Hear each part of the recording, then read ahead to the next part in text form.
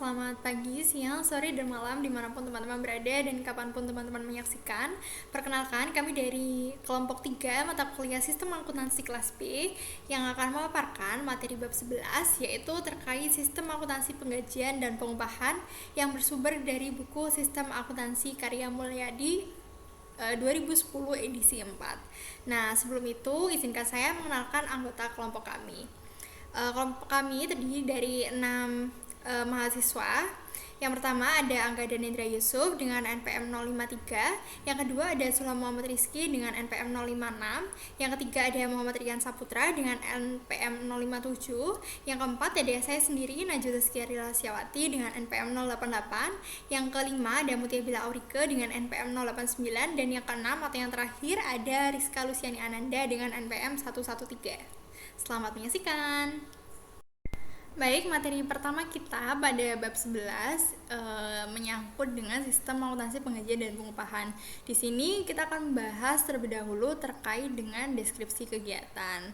Nah, di sini dikatakan dalam perusahaan manufaktur pembayaran kepada karyawan dibagi menjadi dua biasanya, yaitu gaji dan upah. Nah, gaji sendiri umumnya merupakan pembayaran atas penyerahan jasa yang dilakukan oleh karyawan yang mempunyai jenjang jabatan manajer atau memiliki jenjang jabatan tertentu yang melaksanakan tugas-tugas manajerial dan lain hal sebagainya. Sedangkan upah ini umumnya merupakan pembayaran atas penyerahan jasa yang dilakukan oleh karyawan pelaksana atau buruh. Nah, umumnya gaji ini dibayarkan secara tetap per bulan. Misalnya, contohnya kayak ada staf akuntansi. Nah, di sini untuk staf akuntansi ini gajinya misalnya sebesar 5 juta gitu ya. Maka pada bulan Januari dibayarkan 5 juta apabila tidak ada pengurangan atau bonus kerja. Nah, untuk bulan Februari juga dibayarkan 5 juta seperti itu. Jadi per bulan ini tetap. Nah, sedangkan untuk upah ini dibayarkan berdasarkan bisa hari kerja, bisa jam kerja, atau jumlah satuan produk yang dihasilkan oleh karyawan tersebut. Seperti itu.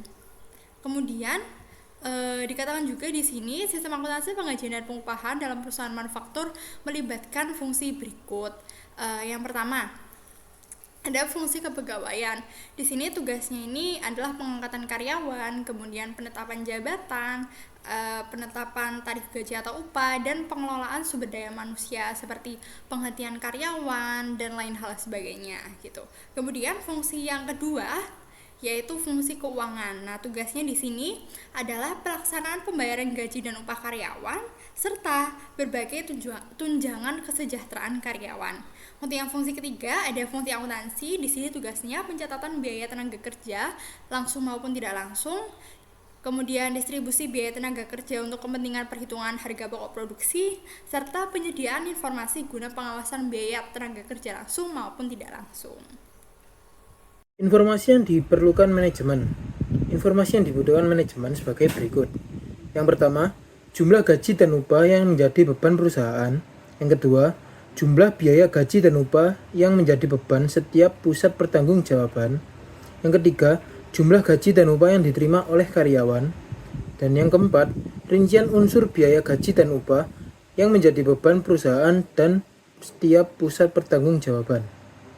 Selanjutnya, saya Mutia Bila Aurike akan menjelaskan mengenai dokumen-dokumen yang digunakan dalam sistem akuntansi penggajian dan pengupahan. Dokumen-dokumen ini sangat penting karena menjadi dasar administrasi dan perhitungan yang akurat dalam proses pembayaran gaji dan upah kepada karyawan. Yang pertama yaitu dokumen pendukung perubahan gaji dan upah. Dokumen ini digunakan ketika terjadi perubahan jumlah gaji atau upah, baik karena promosi, kenaikan jabatan, penyesuaian UMR, ataupun sanksi tertentu. Yang kedua ada kartu jam hadir. Dokumen ini mencatat waktu kehadiran karyawan setiap hari, karena kehadiran ini sangat penting dan berpengaruh dalam perhitungan gaji karyawan, terutama bagi karyawan yang dihitung berdasarkan waktu kerjanya. Ketiga, ada kartu jam kerja. Berbeda dengan kartu hadir, kartu ini mencatat berapa lama karyawan benar-benar bekerja dalam sehari, termasuk lembur jika ada. Yang keempat yaitu daftar gaji dan daftar upah. Ini adalah rincian gaji yang harus dibayarkan kepada setiap karyawan dalam satu periode. Yang kelima ada rekap daftar gaji dan upah. Ini adalah ringkasan dari semua daftar gaji yang telah dihitung, biasanya disusun oleh bagian keuangan untuk diverifikasi sebelum pembayaran. Yang keenam, surat pernyataan gaji dan upah. Surat ini digunakan sebagai bukti bahwa perusahaan telah menetapkan dan menyetujui jumlah gaji yang akan dibayarkan. Yang ketujuh, ada amplop gaji dan upah. Meski kini banyak perusahaan yang menggunakan transfer bank, dokumen ini masih digunakan dalam sistem pembayaran tunai sebagai bukti fisik penerimaan gaji oleh karyawan. Dan terakhir, ada bukti kas keluar. Dokumen ini berfungsi sebagai bukti pencatatan akuntansi atas pengeluaran uang dari kas perusahaan untuk pembayaran gaji dan upah. Berikutnya, saya akan menjelaskan 5 fungsi terkait dalam sistem penggajian dan pengupahan. Yang pertama ada fungsi kepegawaian. Bagian ini bertugas sebagai mencari dan menyeleksi calon karyawan, menentukan penempatan, kenaikan pangkat, mutasi, dan pemberhentian karyawan. Intinya, mereka mengurus semua hal terkait pengelolaan karyawan di perusahaan. Yang kedua, ada fungsi pencatat waktu. Tugas bagian ini adalah mencatat kehadiran karyawan. Catatan ini penting karena akan mempengaruhi jumlah gaji atau upah yang diterima. Pencatatan waktu ini harus dilakukan secara terpisah dari bagian yang membuat daftar gaji supaya lebih adil dan akurat. Yang ketiga, ada fungsi pembuat daftar gaji dan upah. Bagian ini bertugas menyusun daftar gaji dan upah karyawan berdasarkan kehadiran dan ketentuan perusahaan. Data ini akan digunakan untuk proses pembayaran kepada karyawan. Yang keempat, ada fungsi akuntansi.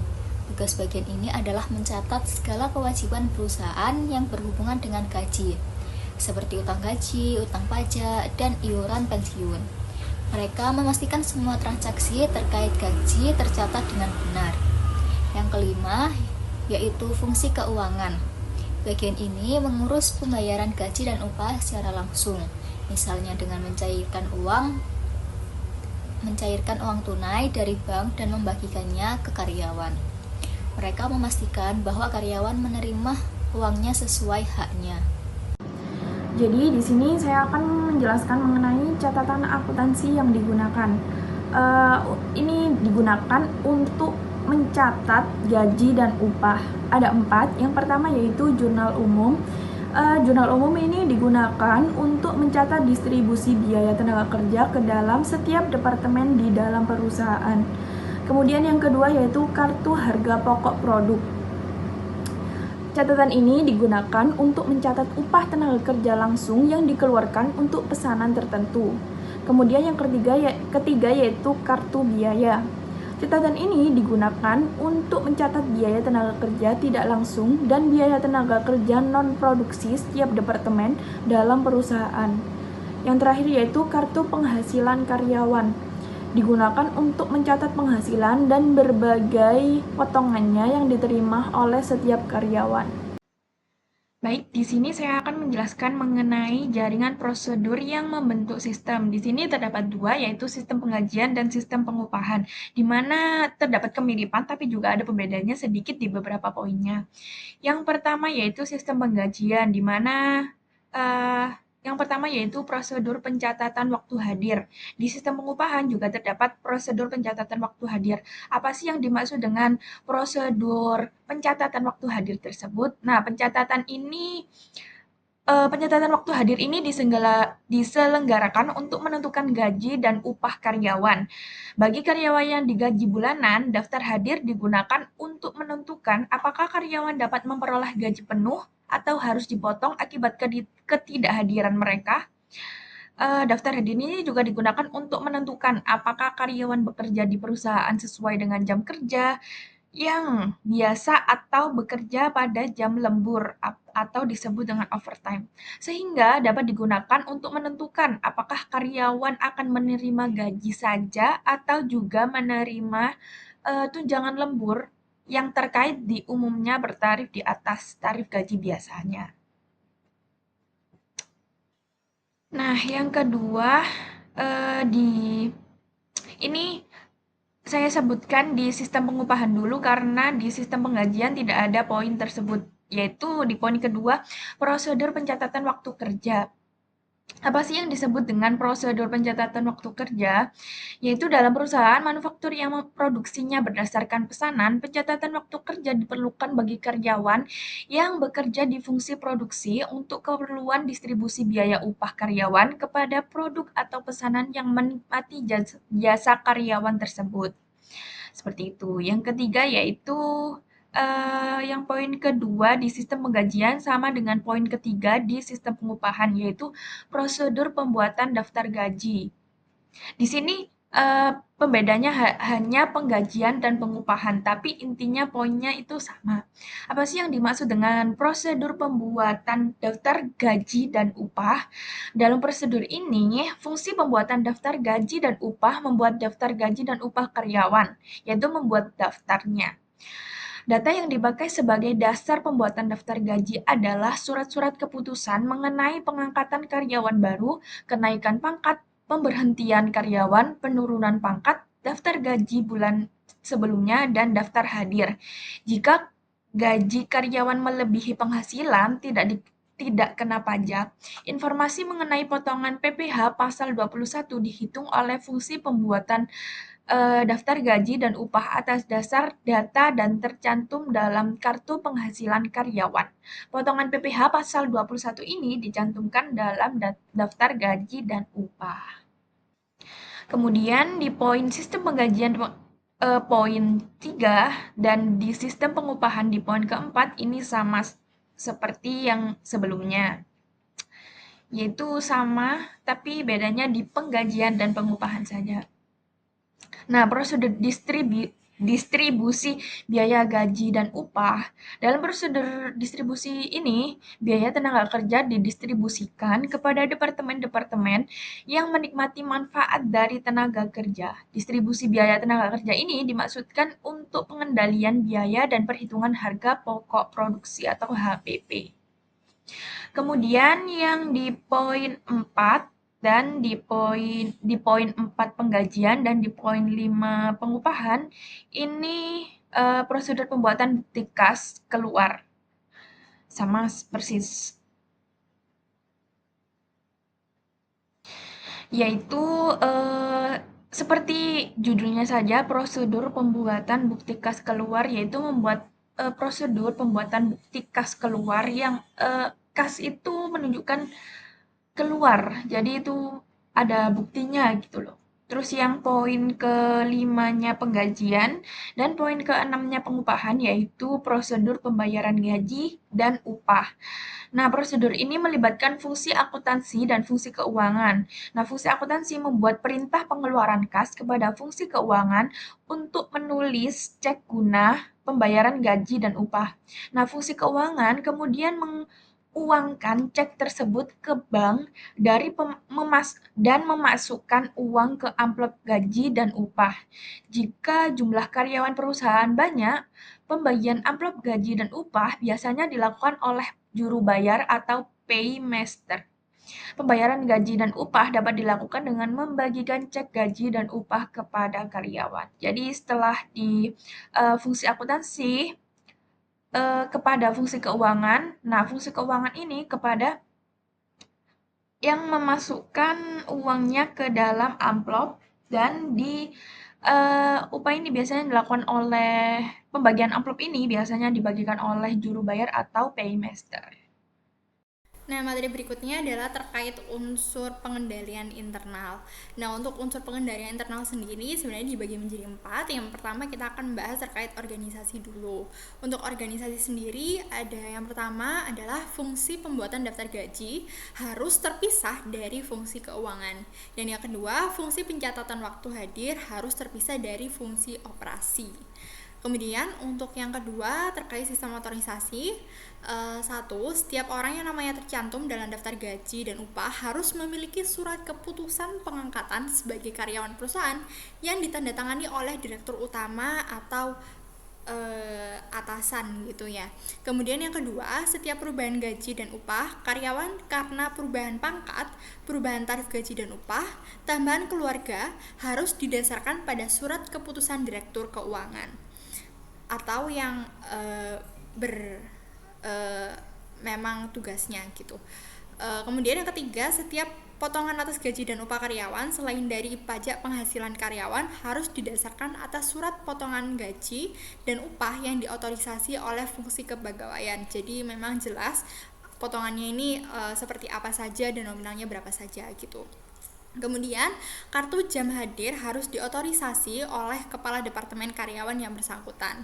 Kemudian, daftar gaji dan upah harus diotorisasi oleh fungsi personalia. Dan yang terakhir, untuk sistem otorisasi, bukti kas keluar untuk pembayaran gaji dan upah harus diotorisasi oleh fungsi akuntansi. Unsur pengendalian internal yang ketiga, kategori ketiga, yaitu prosedur pencatatan.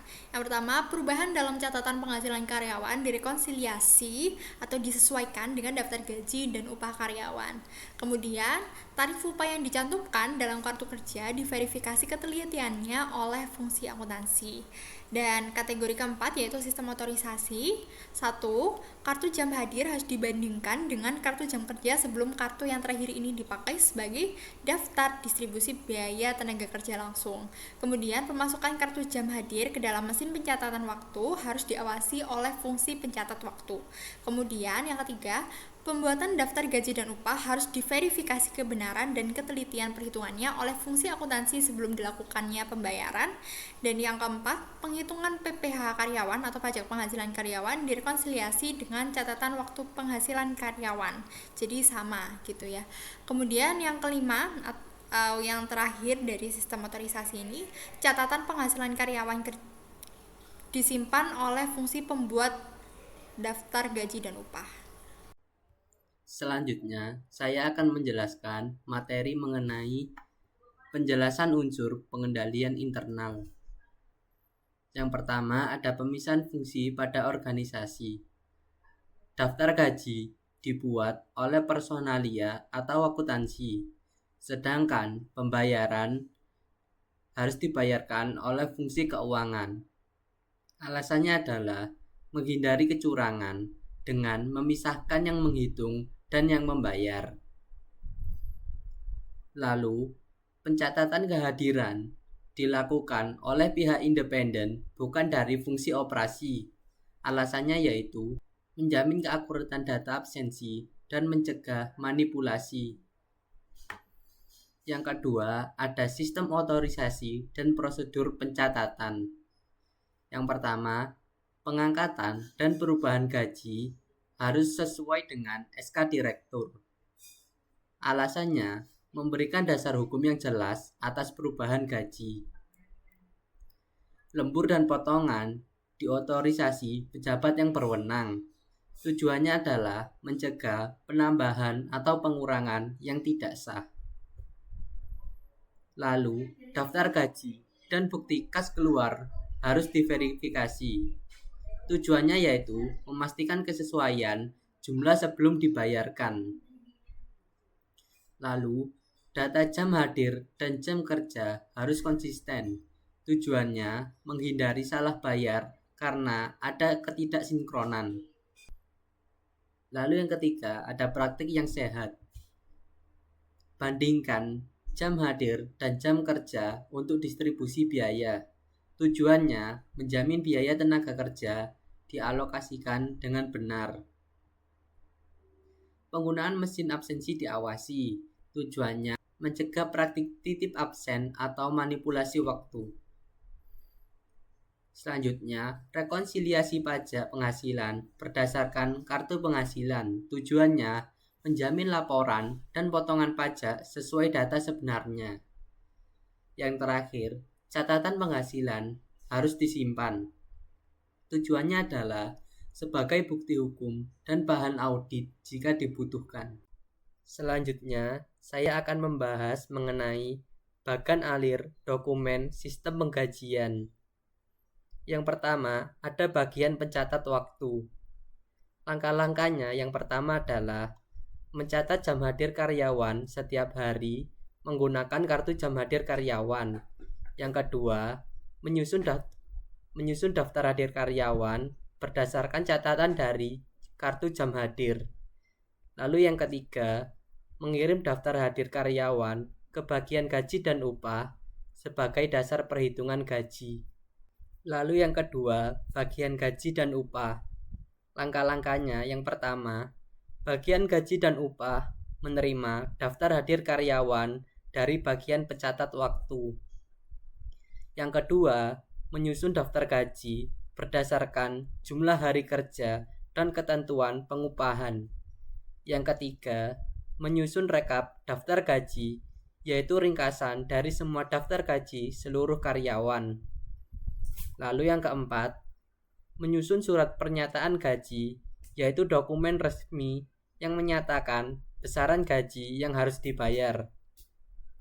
Lalu yang kelima, membuat kartu penghasilan karyawan yang merupakan hasil penggabungan dari daftar gaji, rekap daftar gaji, dan surat pernyataan gaji. Lalu, bagian gaji dan upah mengirimkan dokumen ke bagian utang dengan rincian daftar gaji, rekap daftar gaji, surat pernyataan gaji, dan kartu penghasilan karyawan. Lalu yang ketiga, bagian utang dengan langkah-langkah. Yang pertama, menerima dokumen dari bagian gaji dan upah, yaitu daftar gaji, rekap daftar gaji, surat pernyataan gaji, dan kartu penghasilan karyawan. Yang kedua, menyusun bukti kas keluar sebagai dasar pengeluaran uang kas. Lalu yang ketiga, membuat register bukti kas keluar. Bagian utang mencatat jurnal ke dalam register bukti kas keluar, yaitu gaji dan upah pada posisi debit dan bukti kas keluar yang akan dibayar pada posisi kredit. Setelah itu, mencatat nomor cek yang akan digunakan. Selanjutnya, mengisi cek dan meminta tanda tangan otoritas yang berwenang. Lalu yang kelima, menggunakan cek ke bank dan memasukkan uang ke dalam amplop gaji disertai dokumen kartu penghasilan karyawan, daftar gaji, rekap daftar gaji, dan surat pernyataan gaji. Lalu yang keenam, membayarkan gaji kepada karyawan serta meminta tanda tangan pada kartu penghasilan karyawan sebagai bukti penerimaan. Lalu yang terakhir, membubuhkan cap lunas pada bukti kas keluar dan seluruh dokumen pendukung. Lalu yang keempat adalah bagian akuntansi. Langkah-langkahnya adalah yang pertama, menerima bukti kas keluar dan rekap daftar gaji dari bagian utang. Lalu, menyusun bukti memorial, yaitu dokumen akuntansi untuk mencatat transaksi ke jurnal umum. Dicatat ke jurnal umum oleh bagian jurnal berdasarkan bukti memorial, yaitu biaya overhead pabrik sesungguhnya pada posisi debit, beban administrasi dan umum pada posisi debit, beban pemasaran pada posisi debit, gaji dan upah pada posisi kredit. Selanjutnya, membuat jurnal umum berdasarkan bukti memorial sebagai proses pencatatan keuangan. Lalu yang keempat, mencatat transaksi ke kartu biaya sebagai bagian dari pembukuan biaya perusahaan. Lalu yang kelima, mengarsipkan dokumen dalam register cek. Lalu yang terakhir, proses selesai setelah semua pencatatan dan pengarsipan dilakukan. Pada tahap ketiga, bagian jurnal mencatat pembayaran gaji ke dalam register cek dengan akun, bukti kas keluar yang akan dibayar pada posisi debit, dan kas pada posisi kredit. Lalu pada tahap keempat, dilakukan alokasi biaya tenaga kerja. Dicatat ke dalam kartu biaya sebagai buku pembantu yang merinci kontrol, biaya overhead pabrik sesungguhnya, beban administrasi dan umum, serta beban pemasaran. Selanjutnya, saya akan menjelaskan mengenai sistem akuntansi pengupahan, yang pada dasarnya adalah alur bagaimana perusahaan mencatat jam kerja karyawan sampai akhirnya gaji bisa dibayarkan dengan tepat. Yang pertama, semuanya dimulai dari hal yang simpel dulu, yaitu pencatatan. Karyawan mencatat jam hadir di kartu jam hadir dan mencatat jam kerja di kartu jam kerja. Setelah itu, data dari dua kartu tadi dibuat menjadi dua dokumen, yaitu daftar hadir karyawan dan daftar jam kerja karyawan. Nah, langkah berikutnya, dua daftar ini dibandingkan untuk mengecek apakah jam hadir dan jam kerjanya sesuai. Ini sangat penting karena agar tidak ada data yang salah atau tidak sinkron. Kalau sudah dicek, barulah dibuat yang namanya daftar upah. Daftar upah adalah daftar berupa upah atau gaji yang seharusnya diterima oleh masing-masing karyawan. Lalu, daftar upah itu dibuat juga, yang pertama ada rekap daftar upah atau ringkasan keseluruhannya. Juga ada surat pernyataan upah atau semacam dokumen resmi bahwa gaji memang akan dibayarkan. Nah, dari situ baru deh keluar dokumen penting seperti kartu penghasilan karyawan, yaitu isinya rincian gaji mereka dan bukti kas keluar, yaitu yang menunjukkan jika gajinya benar-benar sudah dibayarkan. Semua dokumen ini lalu disimpan atau diarsipkan untuk keperluan administrasi atau pelaporan ke bagian keuangan. Jadi, setelah daftar gaji disusun, langkah selanjutnya adalah bagian keuangan membuat bukti kas keluar. Dokumen-dokumen pendukungnya mulai dari surat pernyataan upah, kartu penghasilan karyawan, rekap daftar upah, dan daftar upah itu sendiri. Setelah bukti kas selesai dibuat, kita masuk ke proses penyiapan cek. Di sini petugas mencatat nomor cek ke dalam register, lalu ceknya ditandatangani dan dicairkan di bank. Setelah uang dicairkan, uangnya dimasukkan ke dalam amplop yang sudah disiapkan sesuai masing-masing karyawan. Lalu, tahap yang paling penting adalah pembayaran. Gaji dibagikan ke karyawan satu persatu, dan sebagai bukti mereka harus tanda tangan sebagai tanda terima. Ini sangat penting karena apa? Karena untuk transparansi. Setelah semua gaji dibayarkan, bukti-buktinya diberi cap lunas lalu didokumentasikan dan disimpan dengan rapi. Nah, sekarang kita masuk ke bagian akuntansinya. Setelah pembayaran selesai, dibuat yang namanya bukti memorial. Bukti ini semacam dokumen akuntansi buat mencatat transaksi yang bukan kas langsung. Bukti memorial ini dimasukkan ke jurnal umum supaya tercatat secara resmi. Lalu, cek-cek yang sudah digunakan tadi dicatat juga dalam register cek. Jadi, semua pembayaran bisa ditelusuri dengan jelas jika sewaktu-waktu dibutuhkan. Terakhir, seluruh biaya gaji yang sudah dibayarkan akan dialokasikan ke dua tempat penting. Yang pertama ada kartu biaya, yaitu untuk mencatat total pengeluaran perusahaan. Yang kedua ada kartu harga pokok produk. Kalau gajinya berkaitan sama proses produksi. Perkenalkan, nama saya Zala Muhammad Rizky dengan NPM 24013013056. Di sini saya akan menjelaskan terkait sistem penggajian dan pengupahan dalam lingkungan pengolahan data elektronik. Jadi yang pertama ini untuk bagian kepegawaian, jika terdapat perubahan data karyawan, maka bisa dibuat surat keputusan perubahan data karyawan yang akan dikirim ke bagian gaji dan upah sebagai acuan gaji karyawan. Kemudian untuk bagian pencatat waktu, ini bertugas untuk mencatat jam kehadiran karyawan seperti absensi yang dicatat dalam kartu jam hadir yang kemudian juga akan dikirim ke bagian gaji dan upah. Kemudian untuk bagian di bawah departemen produksi, ini tuh bagian untuk mencatat jam kerja karyawan yang akan dicatat di dalam kartu jam kerja yang juga akan dikirim ke bagian gaji dan upah. Kemudian pada bagian gaji dan upah ini akan menerima KJK dan KJH atau kartu jam kerja dan kartu jam hadir yang akan dibandingkan keduanya apakah jam kerjanya valid dan jam hadirnya sesuai. Nah, setelah dicek tersebut, maka akan dibuatlah dokumen BTF atau Batch Transfer Form. Yang selanjutnya akan dibuatlah daftar gaji dan upah. Setelah daftar gaji dan upah telah dibuat, maka akan dikirim ke sistem dan akan dibuat gaji secara otomatis yang kemudian akan dikirimkan kepada karyawan. Next, selanjutnya saya akan menjelaskan sistem penggajian dan pengupahan yang lanjutannya. Yang pertama ada pada grup pengawas ini. Dokumen yang masuk adalah KJK, KJH, dan PTF. Kemudian dokumen-dokumen tersebut dikumpulkan sebagai bahan verifikasi awal dan kehadiran dan jam kerja karyawan.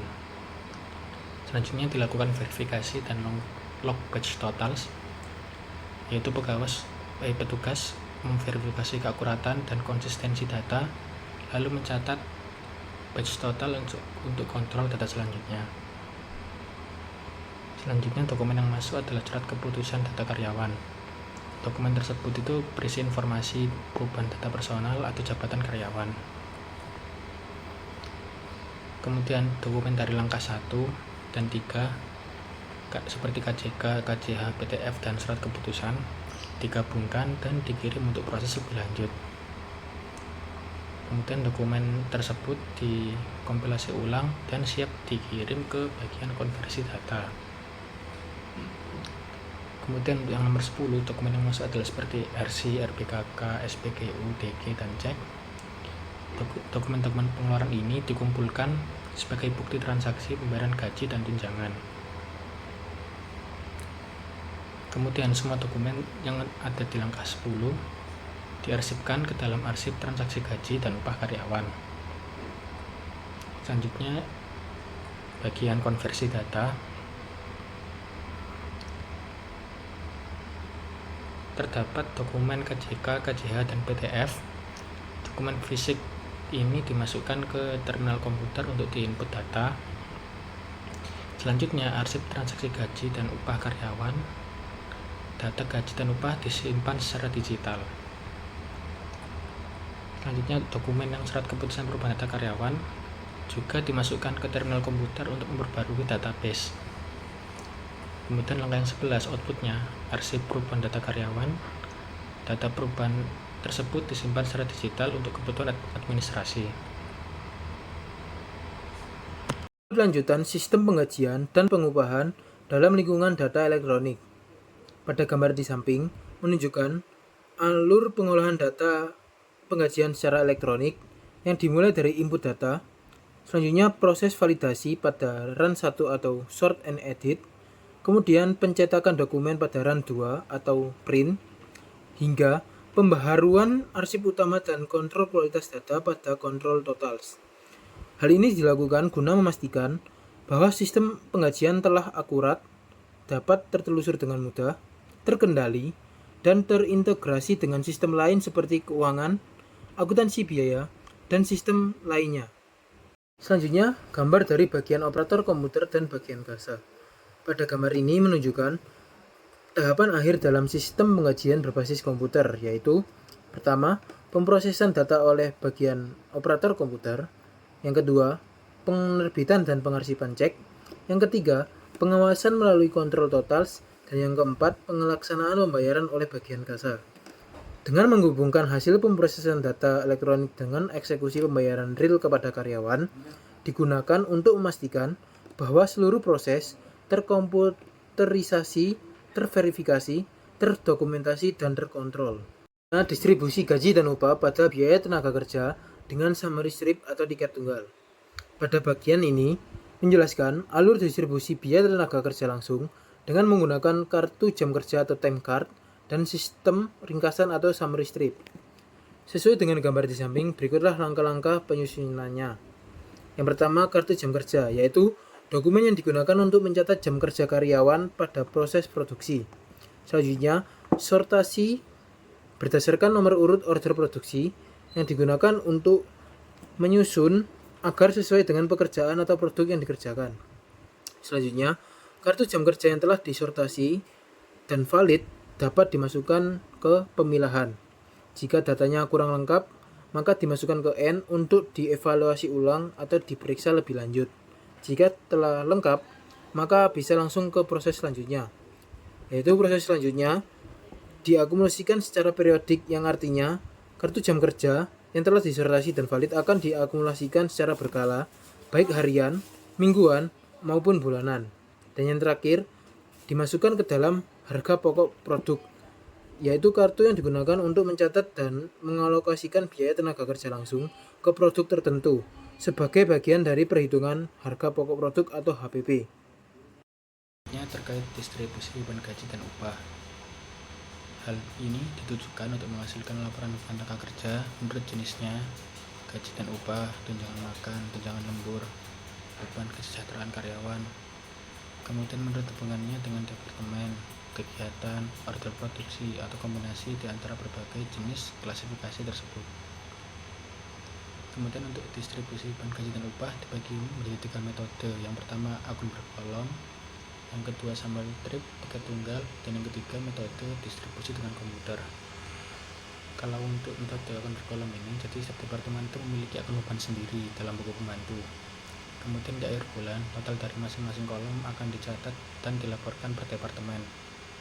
Kemudian metode ini cocok jika manajemen ingin melihat beban tanpa melihat beban tenaga kerja berdasarkan jenis dan departemennya. Kemudian untuk metode summary trip atau tiket tunggal menggunakan kartu jam kerja yang diisi tarif dan jumlah jam kerja, lalu dikalikan untuk mendapat total biaya. Kemudian data ini diringkas dalam satu lembar yang bernama summary trip dan akan digunakan untuk sebagai dasar laporan beban tenaga kerja. Kemudian yang ketiga yaitu metode distribusi dengan komputer. Hal ini itu mengandalkan komputer untuk mencatat dan mengelompokkan transaksi gaji sesuai kode yang telah ditentukan. Komputer secara otomatis mengolah dan mendistribusikan beban gaji sesuai klasifikasi yang diinginkan. Kemudian untuk contoh flowchart yang 11.13 yaitu metode distribusi gaji dan upah dengan akun berkolom. Jadi data awal itu direkapitulasi berupa gaji dan upah seluruh karyawan dikumpulkan. Kemudian rekap itu mencakup rincian jumlah gaji atau upah berdasarkan jenis dan menerimanya. Kemudian data dari rekap tadi dicatat ke dalam jurnal umum sebagai transaksi akuntansi. Kemudian dari jurnal umum, data dimasukkan ke akun-akun biaya yang telah disusun secara berkolom untuk tiap departemen. Setelah itu, total dari masing-masing kolom dihitung dan disajikan dalam bentuk laporan biaya tenaga kerja yang menunjukkan total beban gaji dan upah per departemen. Kemudian akun-akun ini menjadi alat utama untuk mendistribusikan dan menganalisis beban gaji dan upah berdasarkan klasifikasi yang diinginkan per departemen, jenis pekerjaan, dan lain-lain. Kemudian untuk flowchart yang gambar 11.15 yaitu distribusi gaji dan upah biaya tenaga kerja tidak langsung dengan metode summary trip tiket tunggal. Jadi masing-masing karyawan mencatat jumlah jam kerja mereka pada kartu jam kerja. Kemudian kartu itu digunakan untuk mencatat waktu kerja yang telah digunakan untuk berbagai tugas atau pekerjaan. Setelah dikumpulkan, kartu jam kerja disortir atau dikelompokkan sesuai departemen karyawan bekerja. Setelah itu, kartu-kartu jam kerja ini telah dikelompokkan berdasarkan departemen, siap untuk diproses ke berikutnya. Nah, data dari kartu jam kerja itu disederhanakan dan dihitung total jam kerja dan tarifnya untuk mendapatkan total biaya tenaga kerja. Ringkasan dari perhitungan tersebut dimasukkan ke dalam summary trip, yaitu tiket tunggal berisi ringkasan total biaya tenaga kerja tidak langsung. Nah, kemudian summary trip tersebut itu digunakan untuk sebagai dasar penyusunan laporan biaya tenaga kerja per departemen. Baik, sekian penjabaran materi dari kelompok kami terkait bab 11. Mohon maaf apabila ada yang kurang berkenan. Terima kasih telah menyaksikan sampai akhir dan sampai jumpa di video selanjutnya. Bye!